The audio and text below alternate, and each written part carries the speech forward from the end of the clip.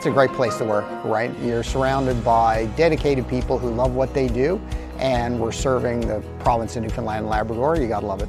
We're bringing brands to the province that we're proud of, we'd use personally, so it really makes us really happy to be able to share that throughout the province. I think what's unique is our connection to the province, to the people we serve, and where we live.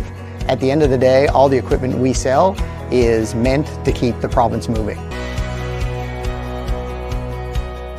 Well, I'm Alan Dale from Gale Force Winds. What an absolute pleasure it is to be here in beautiful Corner Brook, Newfoundland and Labrador. We are at the Municipalities Newfoundland and Labrador 75th anniversary show, and I want to tell you, there is some great conversations happening. I want a big shout out to our friends Harvey Co. for sponsoring this, bringing this whole conversation alive. They know that everybody's voice matters, and they're certainly being heard. We're looking at people, we're looking at places, we're looking at potential.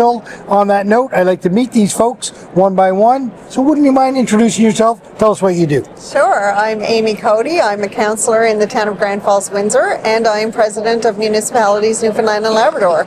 Okay, Amy, two big roles right there. Talk to me about your role as president. What do you do in that role? What would you summarize it as?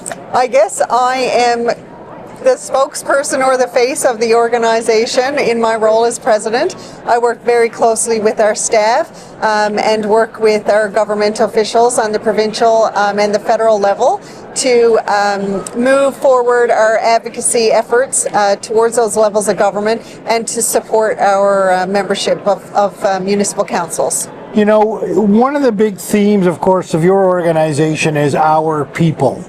When I say those two words to you, what does that mean when I say our people? Well, that's exactly what it is, our people. We all have our own people who we know are in our corner, who will back us up, support us, give us what we need. Your municipal councillors, your professional municipal administrators, they're your people in your communities. They're the people who are going to have your back. They're going to do whatever they can do to make sure that you have the services that you need to run your municipality, that you get your garbage collection, your clean drinking water, your snow clearing, your recreational facilities. And they're the ones that you're bumping to in a grocery store or at the hockey arena or on the walking trail where you can say, hey, I live on this street. This is, what I like about our community. This is what I'd love to see in our community. This is a challenge I face. This is something that you guys did very well for me when I was having this problem. So we're your people.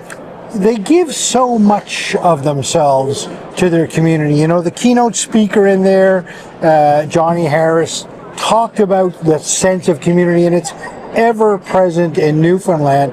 What would you tell the people of Newfoundland and Labrador that are watching this about those very people? How should they greet them tomorrow? Well, I mean, that's one of the very important topics that we're going to discuss this weekend is code of conduct, harassment and bullying. It's growing, unfortunately, right. And it's growing in the wrong direction. Like, we want it to stop. These are volunteers for the most part.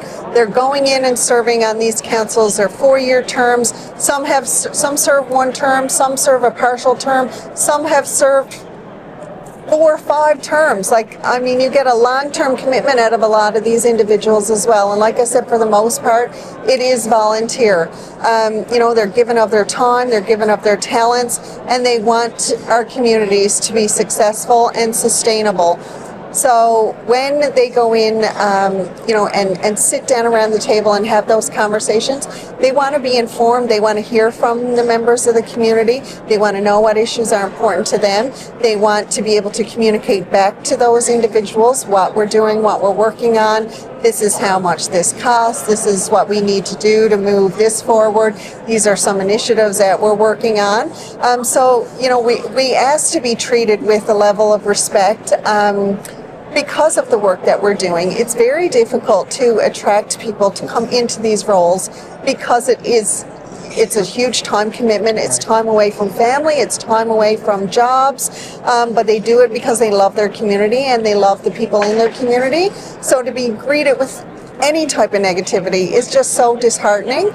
So just, when you present someone with an issue or a problem, we would like for you to do it respectfully. Yeah, that's a great piece of advice for sure. Sometimes people can get all amped up and they don't think it through, but you're right. Those people are volunteering, they're trying their best, they're doing it for the benefit of the community. When I say our places, what does that mean to you?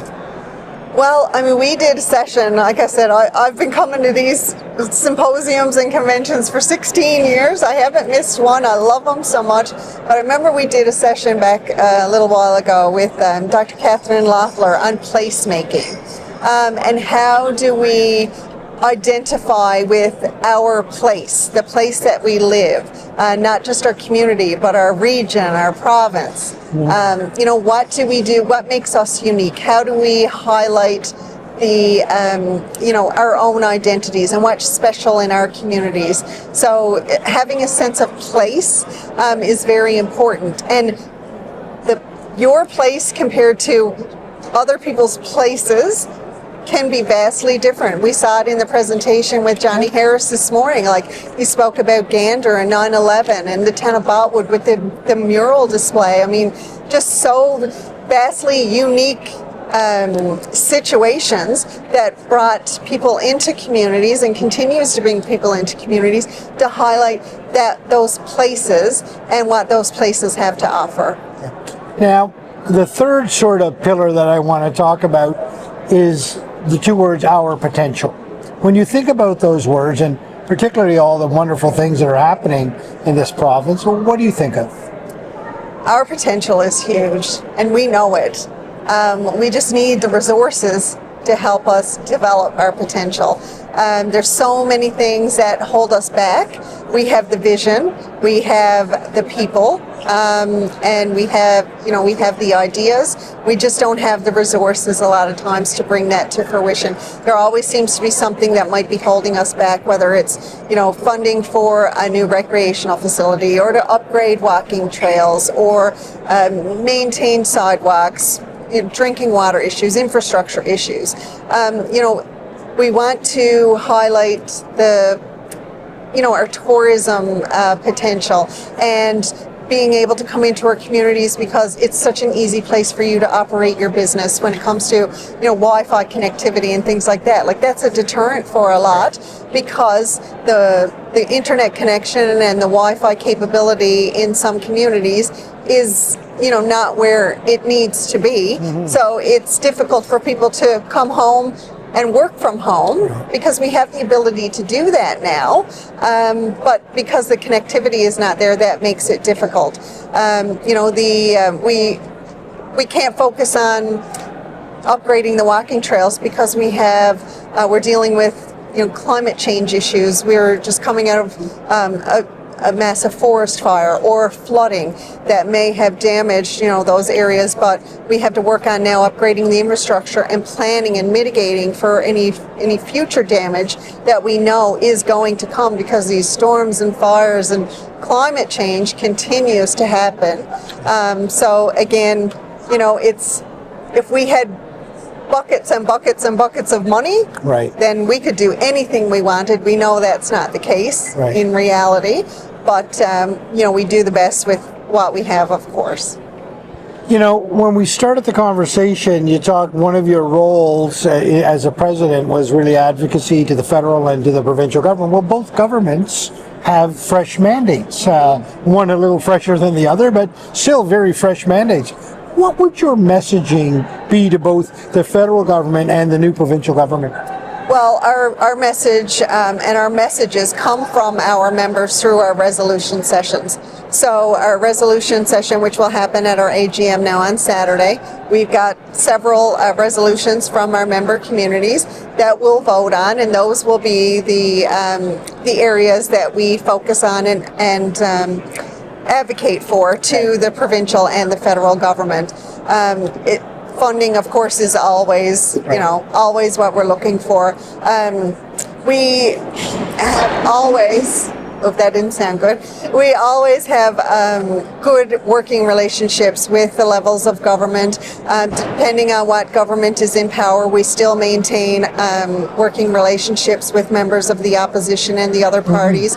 We always, through our partnerships and membership with the Federation of Canadian Municipalities, we have contact with our federal members, and we work in advocacy and in tandem with FCM in lobbying our federal members. And of course, at this event this weekend, we're hosting our intergovernmental breakfast, where Premier Wakeham and new members of his cabinet and his caucus will be here, as well as members of the opposition.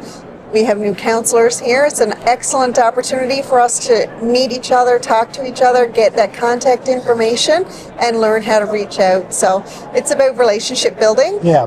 And of course, you know, our door is always open. We're always willing to listen and have those conversations.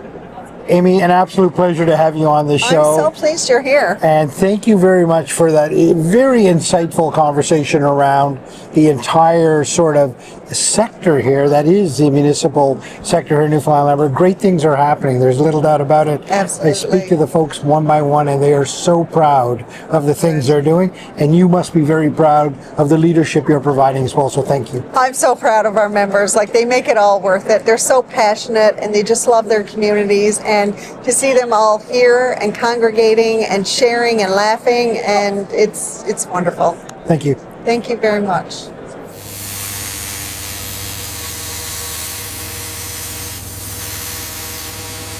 It's a great place to work, right? You're surrounded by dedicated people who love what they do, and we're serving the province of Newfoundland and Labrador. You gotta love it.